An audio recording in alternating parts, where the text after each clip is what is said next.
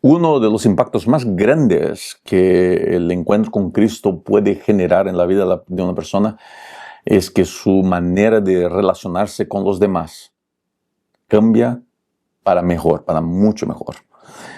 Relaciones personales quizás sea el gran secreto del éxito de la vida de todos nosotros. Por eso es el tema de esta penúltima lección de escuela sabática de este primer trimestre. Así que ven y acompáñame.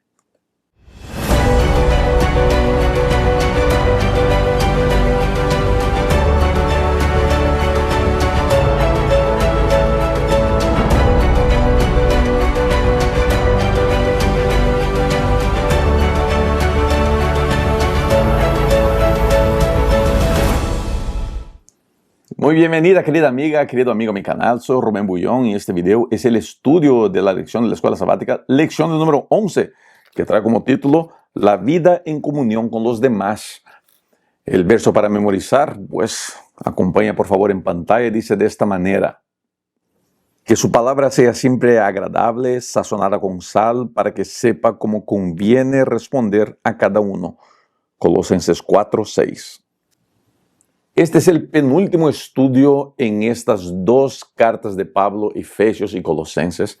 Y este estudio va a tocar un punto que ha sido el punto en el cual yo más he gastado tiempo hablando, tratando de enseñar, tratando de crecer, que es la cuestión de las relaciones personales. Si hay un deber, ojo aquí, si hay un deber en la vida cristiana, ese deber es de tratar bien a las personas. Pero me arriesgo a decir que quizás sea la gran dificultad de la vida de todos, es saber tratar bien a las personas. Yo conozco mucha gente, y confieso que en cierto momento yo viví bajo esa filosofía, gente que dice así: yo soy honesto, y a la gente no le gusta mi honestidad, se lastiman por mi honestidad, pero yo voy a seguir siendo honesto, y si no les gusta, problema de ellos. Lo que de verdad esas personas están tratando de decir es: yo soy grosero y no quiero cambiar. Un seguidor de Cristo, o alguien que se dice seguidor de Cristo, un religioso que es grosero, que es insensible, que insulta, que ataca, que habla de manera grosera, que dice palabras ácidas, que siempre trae en su manera de ser la grosería, el desafío, el ataque. Puede que sea un excelente religioso, pero no ha entendido los consejos de Cristo, no ha entendido la gracia, no ha entendido el evangelio. Lo que, en cierto sentido, es muy triste, muy triste. Me parece muy triste que muchos de nosotros no hayamos entendido la importancia de saber relacionarnos bien con las personas, y la lección de esta semana va a hablar de eso. Va a hablar de las relaciones personales en familia, laborales, con las personas. Termino diciendo en esta introducción que es muy común ver gente que por el exceso de intimidad llega a desarrollar un desrespeto. Y quizás esa sea la gran batalla de las familias, porque hay mucha cercanía, acaba existiendo la discordancia y lo que acaba generando algo de desrespeto. Entonces, esta semana vamos a hablar de esas relaciones familiares, esposo, esposa, hijos, laborales, y cómo nosotros pudiéramos tratar de ser mejores en ese aspecto. Y esta semana yo quisiera orar en mi corazón de que usted pueda salir de este estudio, de este video, deseoso de ser una persona mejor, deseoso de querer relacionarse mejor con las personas y de tratar mejor a las personas.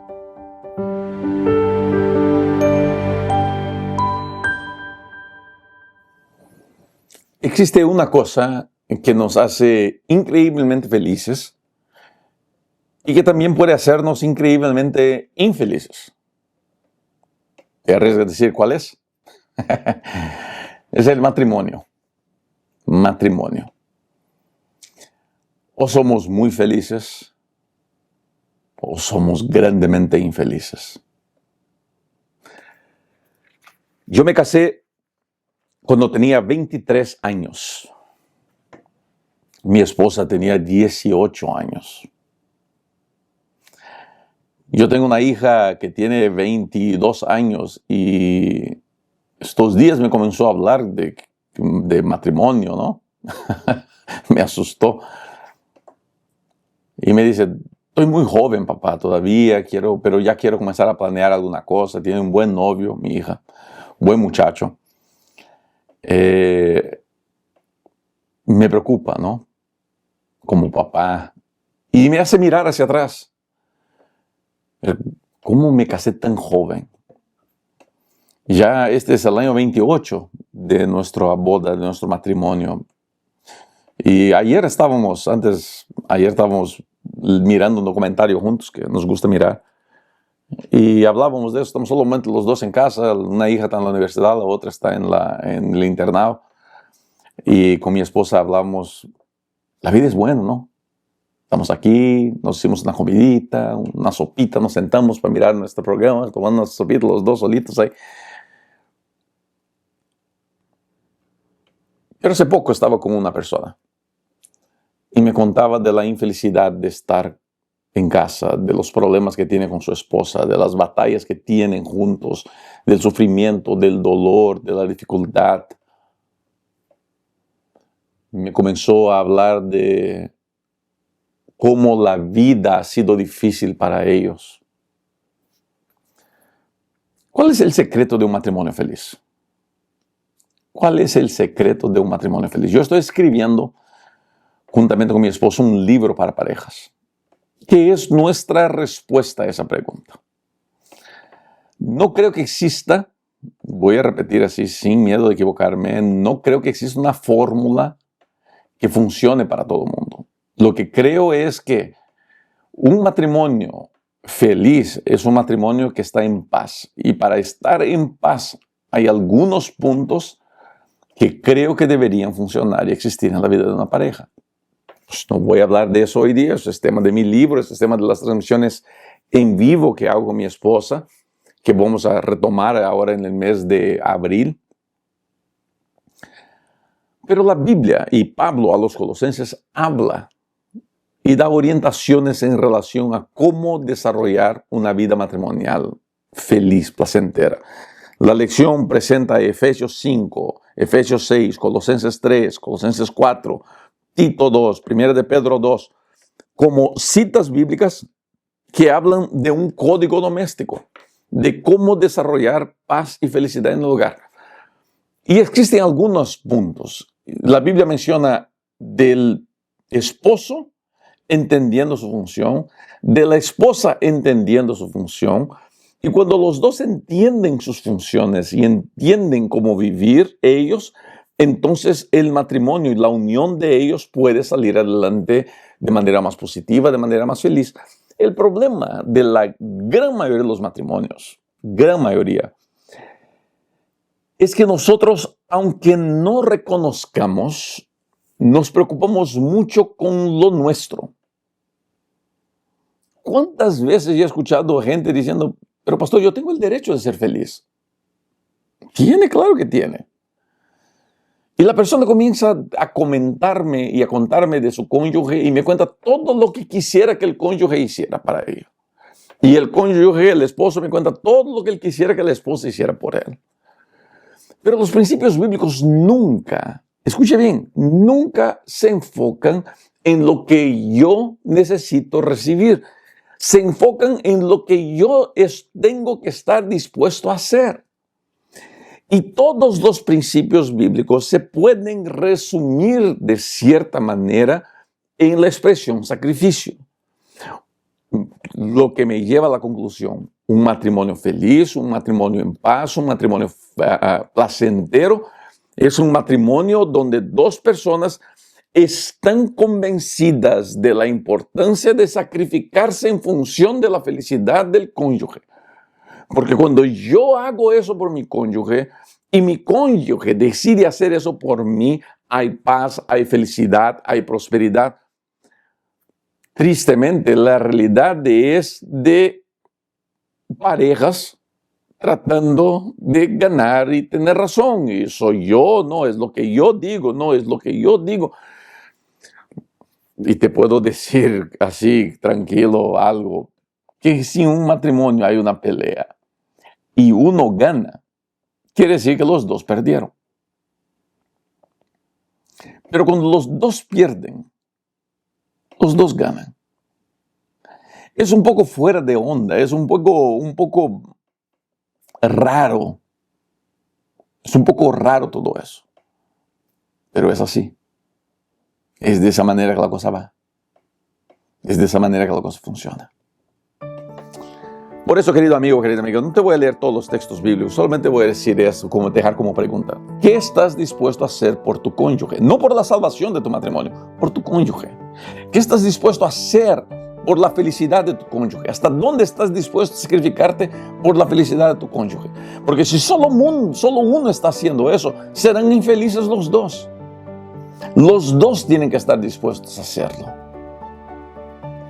Por favor, querida amiga, querido amigo, pídele a Dios sabiduría y fuerza para tomar las decisiones que de verdad debes de tomar, para seguir por los caminos que de verdad debes seguir. Si haces eso, las cosas funcionarán mucho mejores para ustedes.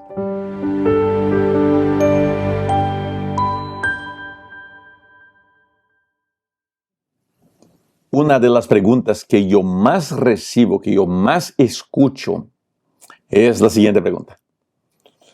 Pastor, ¿cómo es ser hijo del pastor Bullón? ¿Cómo es ser hijo del pastor Alejandro Bullón?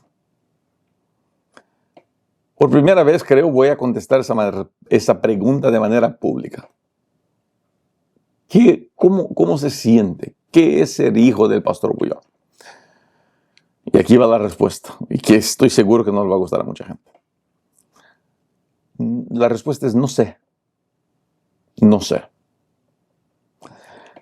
Porque yo no soy hijo del pastor Bullón. El pastor Bullón es la persona que usted conoce. El pastor Bullón es la persona que usted admira, que usted ve. Ese no es mi padre. Yo soy hijo del señor Alejandro. El pastor Bullón es la figura pública. El señor Alejandro es la figura fuera de cámaras. Soy hijo de Alejandro y Sara. Ser hijo de ellos ha sido la gran bendición de mi vida. Así que yo no sé decirte cómo se suave, cómo se siente ser hijo del pastor Alejandro Bullón. Pues no sé. Porque cuando él está en casa, él no es el pastor Alejandro Bullón. Él es papá. No es la doña Sara, es mamá.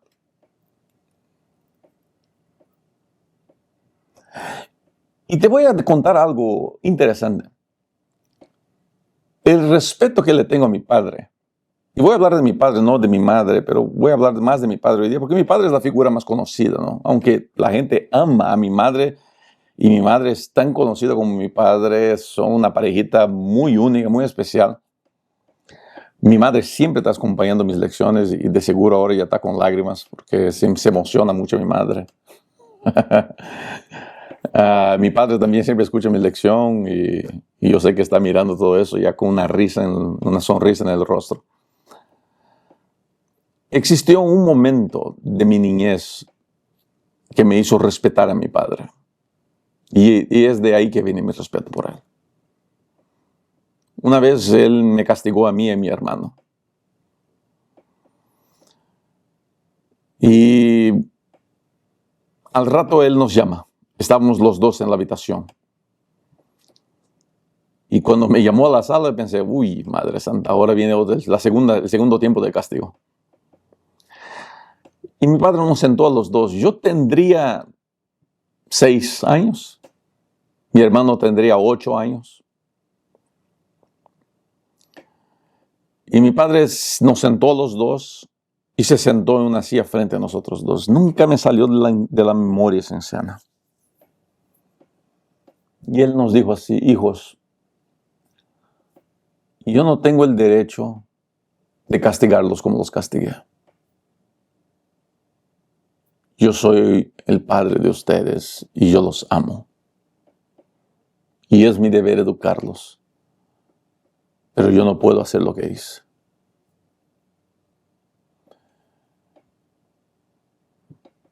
Y mirándonos al rostro, nos dijo: yo quisiera pedirles perdón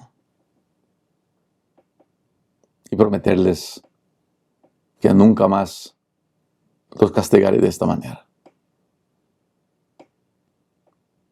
Nos dio un beso, oró con nosotros y nos mandó de regreso a nuestra habitación. Ya se pasaron 45, 43 años de eso. Y es por eso que respeto a mi padre. Porque él siempre trató como hombre de seguir los principios bíblicos. Que es lo que Pablo habla en la lección del día lunes. Padres, no causéis furia a vuestros hijos. Antes, cuídalos. El padre y la madre no pueden ser abusivos. Cuando están en Cristo no son abusivos. Cuando están en Cristo son personas equilibradas que cometen sus errores. Claro que sí, mi madre también cometió sus errores. Yo digo de broma más o menos, ¿no? De que yo tuve el número 37 de la chancla de mi madre grabada en el muslo hasta que yo tenía 30 años prácticamente. La señora Sara, hoy día ven a la señora Sara en mis videos o en los Zooms, que le gusta estar en un Zoom a mi madre. Es una abuelita toda suavecita, tranquilita. La señora Sara cuando se prendía, madre mía. Pero cuidar a los 4 debería haber sido una batalla titánica. Mis padres siempre se guiaron por los principios bíblicos de respetar a los hijos. Y ellos siempre nos respetaron. Mi respeto, yo admiro el ministerio de mi padre y de mi madre, sin lugar a duda. Pero mi respeto por ellos no viene de ahí. Viene del respeto a los principios bíblicos que ellos siempre tuvieron. Y yo trato de ser así con mis hijas. Trato de mejorar, trato de ser la mejor versión de lo que yo puedo ser por amor a ellas. Que los hijos respeten a los padres es muy normal y común, pero que los padres respeten a los hijos demanda una unción especial del Espíritu Santo. Por eso queda mi mensaje a usted, querido papá y querida mamá. No es el grito, no es el abuso que hará con que su hijo lo respete. Es el amor, es la caridad, es la empatía, es el respeto.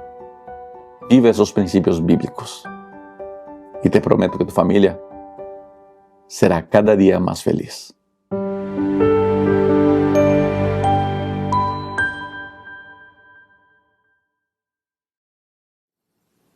Estos días alguien me dijo que la Biblia no se debería leer porque la Biblia apoya la esclavitud.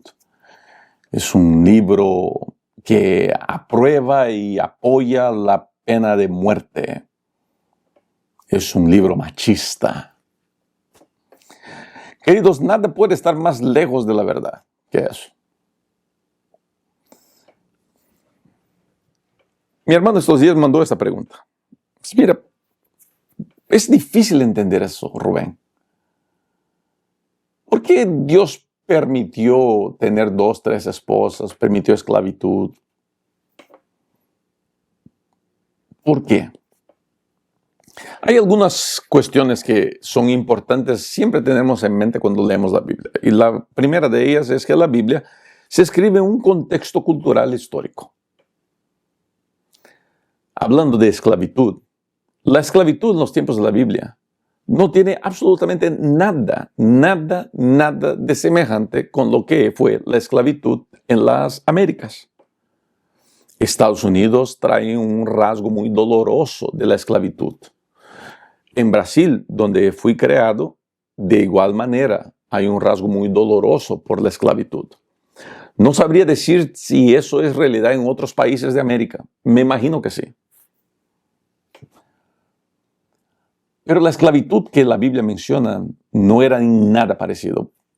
Mira, lo que pasa es que Dios, cuando trae su palabra a su pueblo, Él hace con que su palabra tenga sentido y lógica a ese pueblo en ese contexto. Entonces, esclavizar a alguien no era como en los tiempos de nuestros padres en América, en Brasil, que se ataba al esclavo a un árbol y lo dejaba sin comer, agarraba de látigo, lo maltrataba, lo mataba. No. Si una persona tenía una deuda impagable, pues, ¿qué hacía? Se sometía a quien le debía el dinero. Imagínate cuántos nosotros seríamos esclavos hoy día. Y trabajando 24 horas al día, disponible 24 horas por día esa persona, él así pagaba su deuda. Pero ¿qué hace Dios? Él introduce al pueblo hebreo la idea de que él no puede ser esclavo por toda la vida. Tiene 6 años y al 7º año tiene que darse a ese esclavo la libertad. Pero entendiendo que a algunos esclavos les gustaba servir a su amo porque eran bien tratados, eran bien cuidados y en muchos lugares, muchas situaciones eran hasta considerados parte de la familia, ellos tenían el derecho de después de 7 años, cuando eran libertados, ellos pudieran requerir quedarse sirviendo a su amo, trabajando ahí. La Biblia habla de la importancia de las relaciones laborales y usa el ejemplo del esclavo con el amo. Habían reglas claras para que el esclavo tratara bien, el amo tratara bien a su esclavo, que fuera justo con él. Vuelvo a repetir, si piensas que la Biblia habla de la esclavitud de Estados Unidos, de Brasil y de otros países en la era moderna, estamos muy equivocados. No podríamos estar más lejos de la realidad. La esclavitud en los tiempos bíblicos estaba muy relacionada a las guerras, a los crímenes o a las deudas. Es por eso que las personas terminaban esclavos. Pero en la Biblia Dios habla mucho de la responsabilidad de un amo para con su esclavo, como si el amo fuera Dios cuidando a ese esclavo. Filemón es una carta, la carta de Pablo a Filemón es la carta de Pablo a un señor que tenía un esclavo que se estaba escapando. Y Pablo le pide que cuide a ese esclavo, que ame, que respete. En otras palabras, la palabra de Dios siempre me llevará a ser un buen jefe, a tratar de ser una buena persona, a ser un buen colega de trabajo. Si yo estoy en Cristo y no llego temprano a mi trabajo, si yo estoy en Cristo y soy incompleto en mi trabajo, si yo estoy en Cristo y ando en el grupo de chismes de mi trabajo, entonces yo no estoy en Cristo. Ese es el gran punto. Las cuestiones laborales en la Biblia tienen que ser, de nuestra vida, tienen que ser impactadas por lo que Dios hace en nosotros. Y si no son impactadas, es porque a lo mejor nunca entendimos lo que Dios quiere y desea hacer en nuestra vida. Relaciones laborales. Queridos, tratar bien a las personas es un privilegio. Cumple ese privilegio en tu vida, por favor.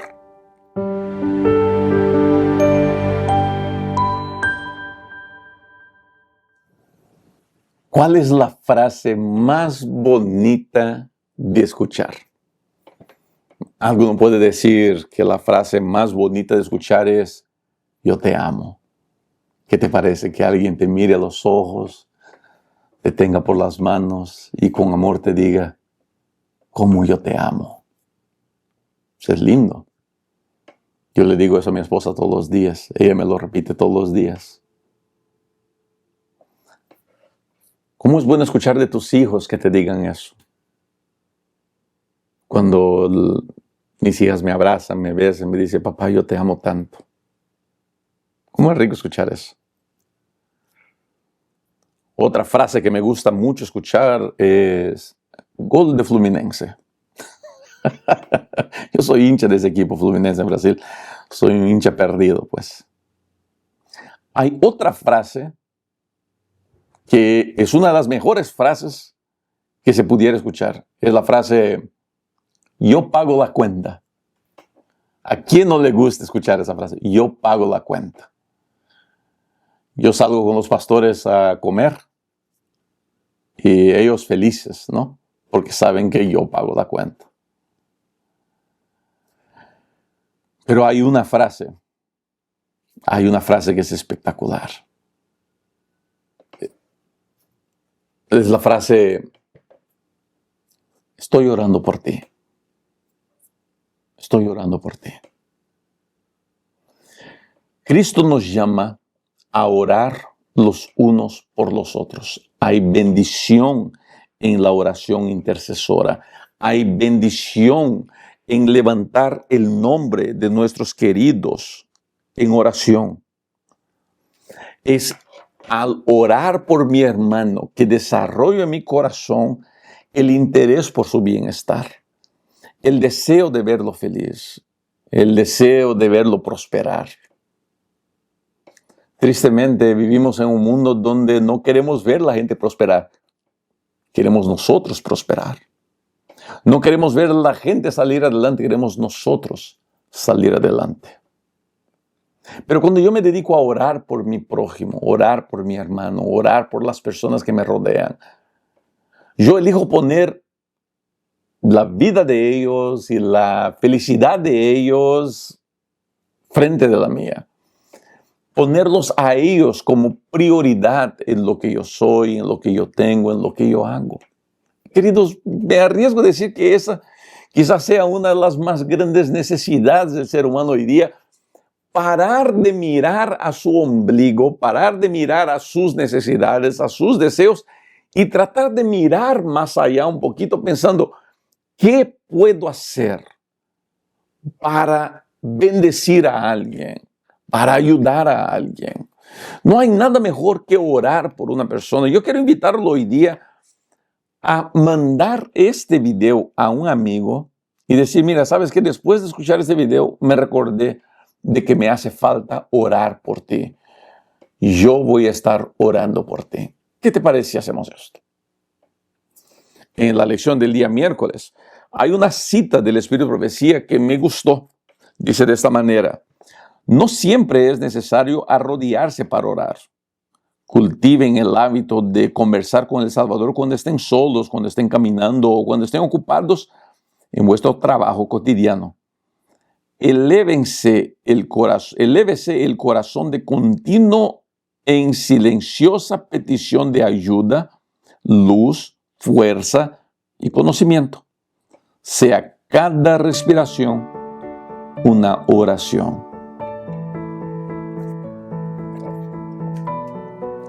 Orar por los otros quizás sea una de las maneras más efectivas de desarrollar una vida de oración.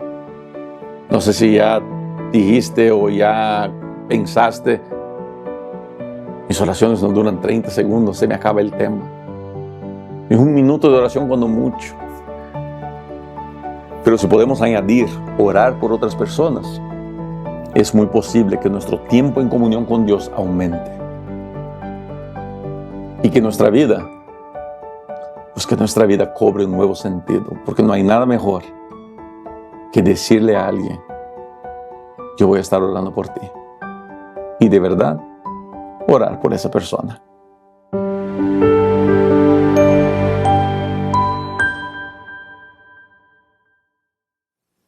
Quiero comenzar este video leyendo una porción de la Biblia. Colosenses capítulo 4, el verso 6.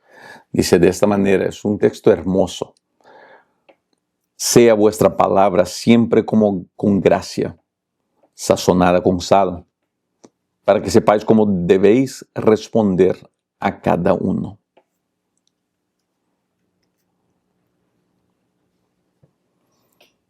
Si hay algo que debe cambiar en la vida de un seguidor de Cristo cuando éste se encuentra con Cristo, si hay una señal que podemos ver de transformación en una persona, si hay una manifestación de la presencia del Espíritu en la vida de alguien, eso se traduce en la manera de hablar de esa persona.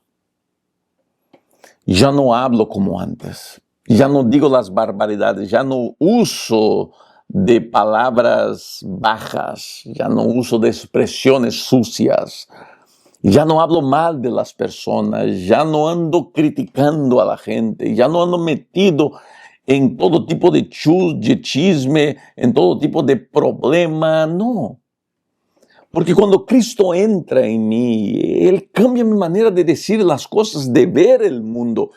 Y mi manera de ver el mundo termina siendo traducida en la manera por la cual yo me expreso, la manera por la cual yo puedo decir las cosas, puedo hablar con las personas. Querido amigo, querida amiga, hay una belleza en permitir que Dios moldee mi manera de hablar. Me llama la atención las expresiones que Pablo usa aquí en este estudio. Que su palabra sea siempre agradable.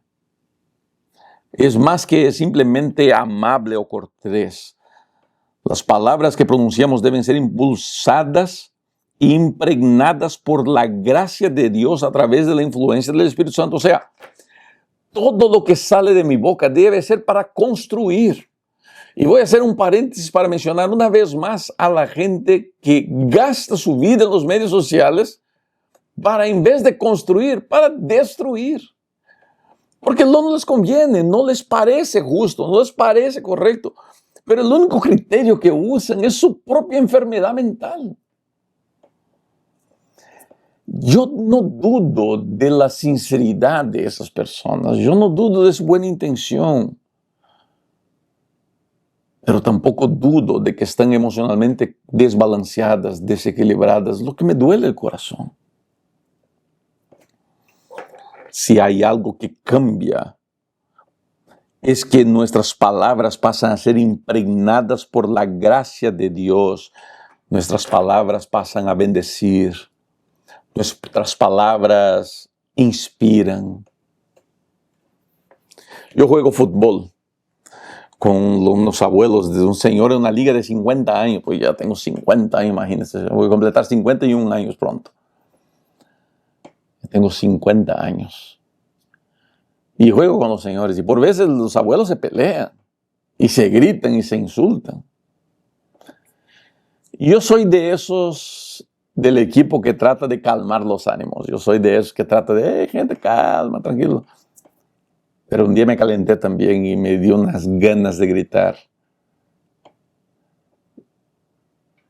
Y cuando miro, veo que viene llegando mi esposa y mi hija. Pienso, Rubén, cállate, cálmate. El impacto de la presencia de mi esposa y de mi hija. Así que la próxima vez que quieras levantar una palabra dura, trata de imaginar que si estuviera al lado tuyo, porque está al lado tuyo, el Señor Jesucristo. Tus ángeles están anotando cada palabra que sale de tu boca. No para cobrarte después, sino para ayudarte a mejorar. El texto bíblico sigue diciendo que tu palabra sea sazonada con sal. ¿Qué quiere decir? Quiere decir que nuestras palabras deben ser apropiadas y agradables a aquellos a quien nos dirigimos. Mira, si le tienes que decir la verdad a alguien y lo haces llorar, es porque le tocó al corazón.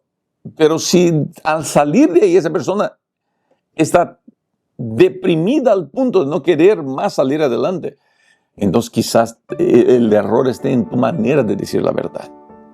Existen maneras y maneras de decir la verdad. Y es por eso que el apóstol Pablo nos deja este consejo. Termina diciendo, para que sepan cómo conviene responder a cada uno. Solamente el Espíritu nos puede dar la capacidad de decir la verdad, de hablar con cordura, de tocar al corazón sin herir y sin lastimar. ¿No crees que sería hora de pedir eso en tu vida? ¿No crees que sería hora de reclamar ese tipo de bendición para ti? Usted y yo podemos hacer lo que estamos haciendo mucho mejor. Creo que es hora de tratar de probar un poco más del Espíritu de nuestra vida y que nuestras palabras puedan bendecir más que herir.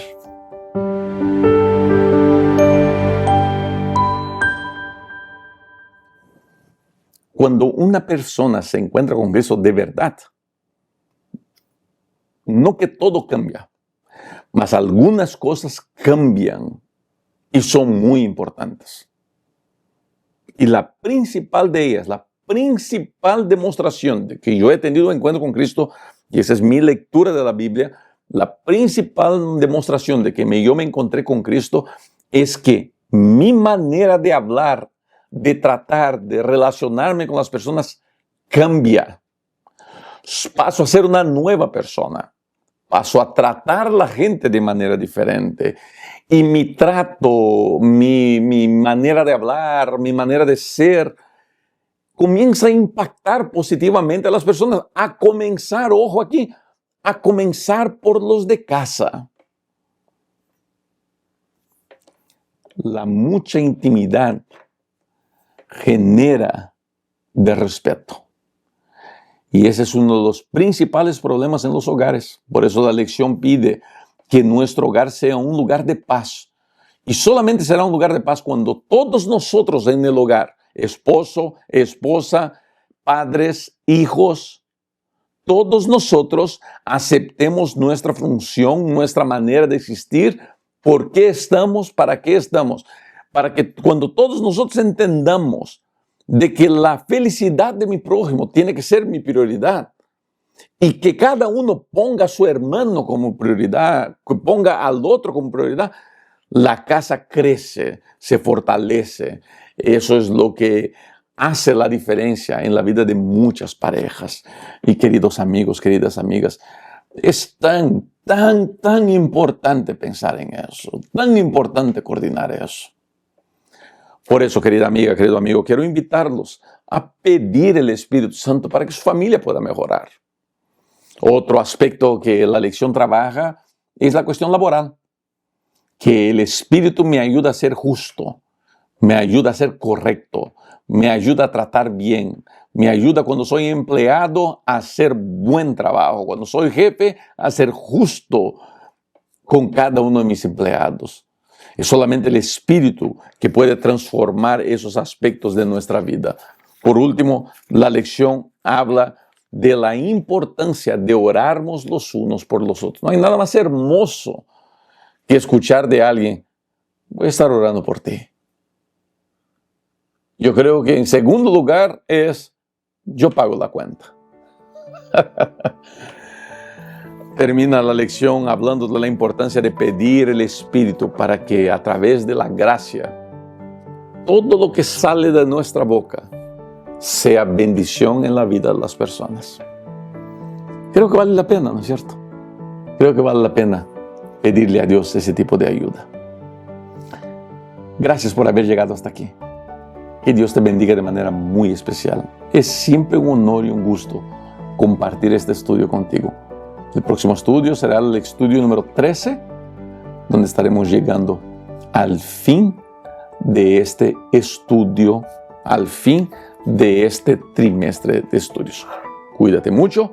Nos vemos para los próximos videos. Chao.